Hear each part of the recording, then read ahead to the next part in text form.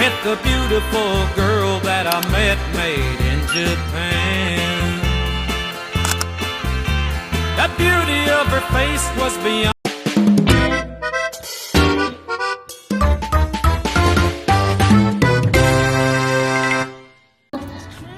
Selamat siang, Ibu. Saya Karisma Alvia dari Universitas Internasional PGRI. Di sini saya akan mewawancarai Ibu terkait dengan profesi Ibu. Oke, selamat siang, saya Nadia, saya berprofesi sebagai guru di SDIT Al-Zaitun di Bandung. Pertama, apa sih yang bikin Ibu tetap semangat kerja sampai sekarang ini? Kalau untuk semangat ya, menyenangkan kerja itu kan semua harus selalu dibangun ya. Tapi kalau untuk sekarang, saya lebih ke keluarga sih. Berarti untuk keluarga. Dan juga kalau saya sekolah tuh juga saya ngajak belajar sama tuh jadi Senang ya, jadi semangat lagi. Lalu gimana sih cara Ibu belajar mengajar lebih Paling cara saya itu untuk mempelajari hal-hal baru itu saya lebih banyak bertanya biasanya ke orang yang lebih senior atau di zaman saya gitu. Karena kan setiap instansi itu sistem itu berbeda walaupun misalnya sama-sama berbeda tapi kan baik TK dengan SD berbeda, SD dengan SMP pasti berbeda, SMP pun juga dengan SMP berbeda. Itu lebih banyak bertanya sama yang bilang dari senior, kira-kira ada hal yang misalnya baru saya tahu gitu, saya belum pernah lakukan atau belum pernah tahu gitu. Biasanya saya akan lebih banyak bertanya gimana ya jadi beradaptasi aja. Terus untuk tantangan itu, tantangan yang seperti apa sih yang biasanya dilakukan di pekerjaan Ibu? Kalau memang ada, bagaimana cara Ibu menyelesaikan tantangan tersebut? Karena kan sekarang adanya anak SD nih yang memang betul-betul anak SD itu perlu effort yang lebih Ya. untuk mengaturnya gitu. Kalau saya pribadi sih ya, tantangan itu ya, ini sebenarnya sih bukan saya pribadi ya, semua guru pasti sama. Tantangannya itu adalah bagaimana caranya apapun yang terjadi, entah suasana hati atau mungkin apapun yang terjadi dalam kehidupan ketika kita mengajar, itu kan harus full senyum ya, gitu kan, harus full ramah ke anak-anak itu. Paling itu yang menjadi tantangan terbesar sih. Jadi Tantangannya itu buat seorang guru tuh ya memang harus selalu bagus gitu ya, betul. Izin Ibu, kalau boleh saya tahu pengalaman apa sih yang bisa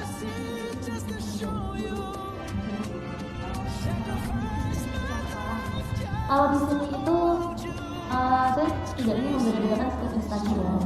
Cuma kalau di sini itu apa ya, anak-anaknya itu lebih mudah diatur, lebih mudah diatur. Kemudian alhamdulillah mengemaskan, sangat mengemaskan itu. Karena kan kebetulan saya sebagai kelas bawah ya, gitu. Jadi apa ya, bikin saya makin semangat aja buat terus gitu. Misalkan bisa diulang nih waktu Ibu akan memilih profesi Ibu yang sekarang, tetap memilih profesi Ibu yang sekarang, atau Ibu kalau bisa ulang saya mau jadi gitu. Pertanyaan bagus sebenarnya, karena awal mula itu saya kan lulusan bahasa Inggris ya. Jadi saya awal mula itu niatnya ini mau masuk ke Kementerian Kemenlu. Iya, dia niatnya itu mau ke Kemenlu atau mungkin jadi apa ya, pariwisata gitu, karena saya kerja di pariwisata Kemenlu yang dimana saya bekerja di kantor, bukan sebagai guru yang ngajar pribadi. Itu pada dulu karena COVID saya juga kan kuliah, teman kan sudah selesai ya, jadi minggu waktu luang saya jadi sekolah. Nah, itu awal mula saya tertarik jadi guru, karena yang awalnya saya mikir, saya nggak bisa nih ngurusin anak orang gitu, karena saya sendiri nggak suka yang terlibat gitu. Tapi ternyata ketika saya ngajar mereka, mereka punya cara saya mengajar, terus dengan mereka juga saya itu mengingatkan, mereka akan sama saya, gimana itu buat hati apa ya, mengangkat aja gitu maksudnya.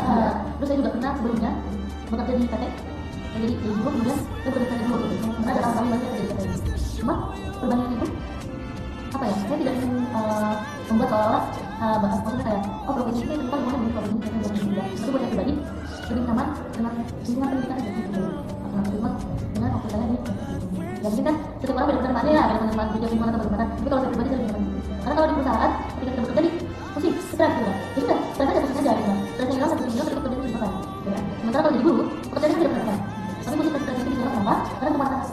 Iya, karena ini sumber kebahagiaan. Iya, jadi walaupun kadang istilahnya mereka yang bikin pusing gitu ya, kadang pusing sama anak-anak atau bagaimana sifatnya gitu. Tapi itu jadi obat juga kadang gitu. Terus selama Ibu menjadi guru, ada nggak sih momen yang sangat membanggakan gitu dari mungkin dari anak-anak selama mencetak prestasi apa, atau Ibu bisa berhasil menghasilkan sesuatu gitu? Kalau boleh tahu ada nggak? Kalau saya pribadi saya tidak ingin mengungkap apa yang pernah saya lakukan, karena saya merasa bahwa diri saya itu masih banyak kurangnya dalam mengajar, baik di anak-anak atau mengajar yang mengajarkan. Tapi kalau merasa senang atau ada kebahagiaan seperti itu adalah saya tidak pernah merasa bahwa saya sekarang menjadi yang mengajar. Karena dulu saya tidak pernah berpikiran saya punya cita-cita jadi seorang guru. Dan ketika mengajar ada beberapa anak yang misalnya tadi saya tidak bisa baca ini, tidak bisa baca Inggris. Contoh misalnya saya dapat soal ini, saya mengajar di kelas 1. Kelas 1 kan mereka dapat mereka dengan pengetahuan yang istilahnya dengan target pengetahuan yang kosong, belum tekstil gitu. Jadi saya selalu membiasakan anak-anak ketika mereka berisik, karena saya juga mengalami di BPR. Jadi anak-anak kita ketika berisik itu harus bisa kita kendalikan dengan satu fokus yang sama gitu, dengan satu kata instruksi. Jadi saya berikan instruksi seperti biasa dan mereka dan attention please, dan mereka dengan dengan setiap hari seperti itu. Awal-awal memang anak-anak harus dijelaskan. Kalau saya bilang attention please, jawabnya yakin sudah itu tidak ada suara. Tapi sekarang anak-anak cuma cukup saya bilang attention please yakin kemudian. Itu suatu hal yang membuat hati saya senang gitu maksudnya kayak wah ada kan penting ya, apalagi kayak bahasa-bahasa boleh gitu kan. Jadi kan waktu pertama kali saya anak kelas 1 teman saya cuma salim gitu kan, teman saya salim, jadi kan teman saya boleh banget jadi teman saya bilang good morning gitu ya. Jadi kayak pas saya berhasil meskipun hanya sekedar good morning tapi minimal ada yang mereka tahu gitu, ada bahasa Inggris yang mereka sudah hafal gitu, sudah tertanam good morning itu selamat pagi gitu. Kalau hari itu deh berarti artinya mereka kan kabar gitu, itu sebuah banggaan sebetulnya. Terus lalu kalau misalkan ada masalah di pekerjaan gitu, mungkin sumber tadi ibu udah jelaskan ya kalau anak-anak itu sebenarnya sumber masalah juga, cuman ya mereka obat juga gitu. Cuman setiap pekerjaan itu kan pasti ada masalah ya bu, mungkin dari atasan atau teman kerja. Misalkan ibu ada masalah dengan orang tersebut, itu bagaimana sih cara ibu menyelesaikannya biar semuanya berjalan dengan seperti biasanya lagi? Kalau saya pribadi setiap saya sih orangnya yang tidak ingin masalah ya, maksudnya ingin damai-damai saja gitu sebenarnya. Jadi kalaupun misalnya ada istilahnya ada salah paham atau misalnya ada kebenaran salah paham biasanya ada salah paham sama rekan kerja ini. Nah kalau bisa sih diluruskan gitu kalau bisa. Cuma kan namanya kita sebagai manusia kita tidak bisa mengontrol segala sesuatu di luar dari kita sebenarnya. Jadi saya lebih memilih untuk profesional aja. Jadi tidak terlalu dibawa personal gitu. Jadi misalnya emang lagi kurang baik nih gitu, misalnya berupa akan berita ini terus kita agak sulit atau bagaimana dengan salah paham, saya tetap profesional gitu. Tidak ada apa-apa, tidak ada masalah apa-apa, saya tetap bekerja dengan baik gitu. Jadi tetap dapat, tetap ngobrol seperti biasa, jadi kita tidak terlalu bawa personal karena kan biar bagaimanapun namanya pekerjaan atau pekerjaan yang maksudnya jadi sampai belasan jam gitu untuk bekerja, tapi tetap yang namanya bekerja itu kan kita perlu kuasa gitu. Apalagi kan sebagai guru di mana masalah apa di luar sana, kalau sudah masalah hilang sudah masalah ya. Jadi saya memilih untuk ketenangan sendiri gitu. Jadi kalau memang tidak perlu, kalau sulit untuk diluruskan sudah tapi sebetulnya kalau masalah karena nggak ada aja gitu ya, sudah lewat saja pun kalau memang yang bersangkutan misalnya bagaimana saya pun akan dengan dulu. Cuman kalau yang bersangkutan hanya memperlihatkan sekali atau bagaimana tetap dia dengan saya ini profesional.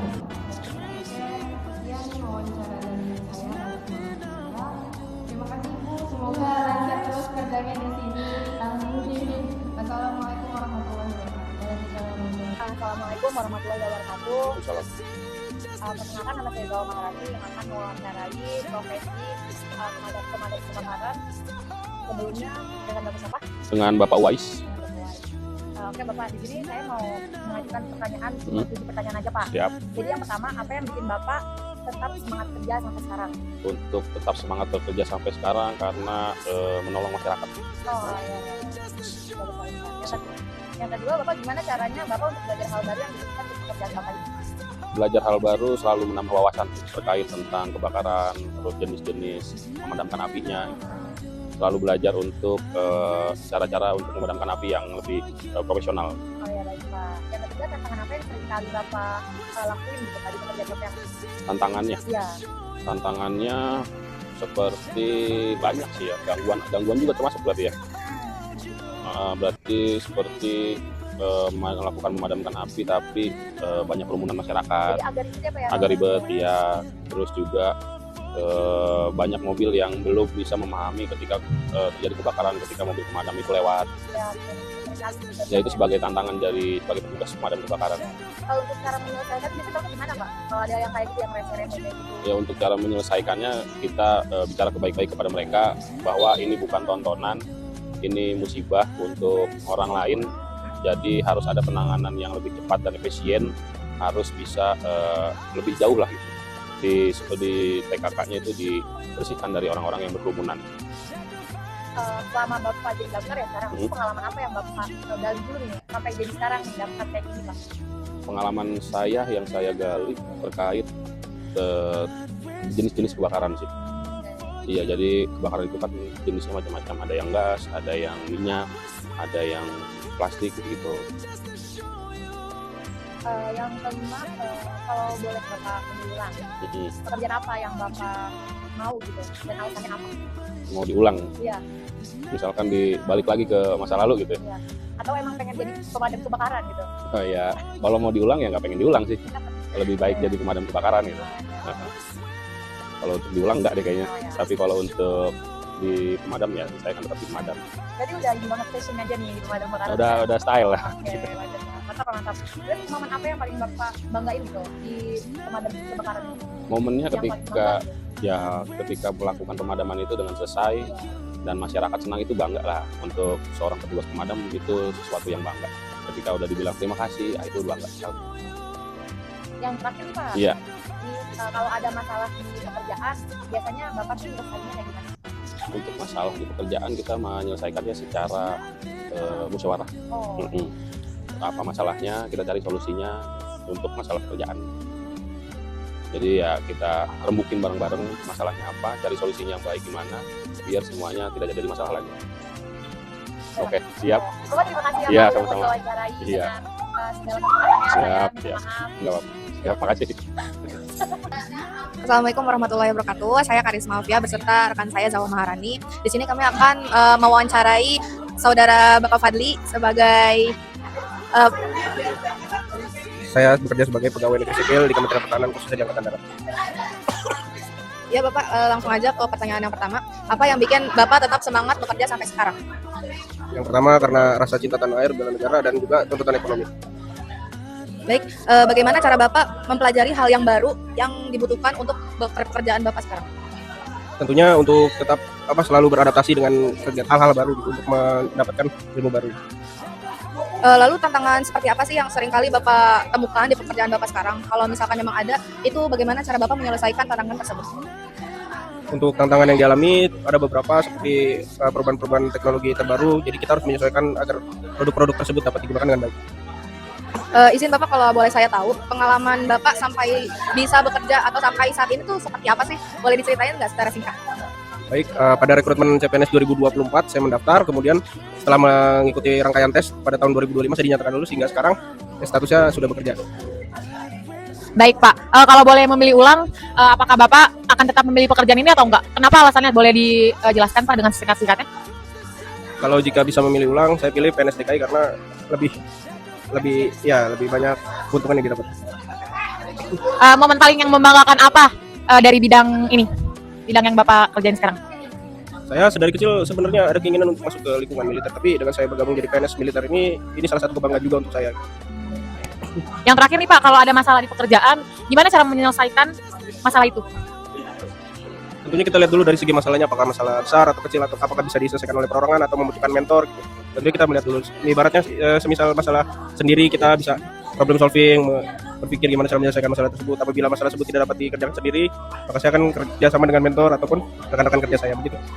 Baik Bapak, terima kasih. Baik Bapak, terima kasih sudah menjadi helper untuk mata kuliah profesi konseling kami berdua. Semoga lancar terus ya Pak pekerjaannya.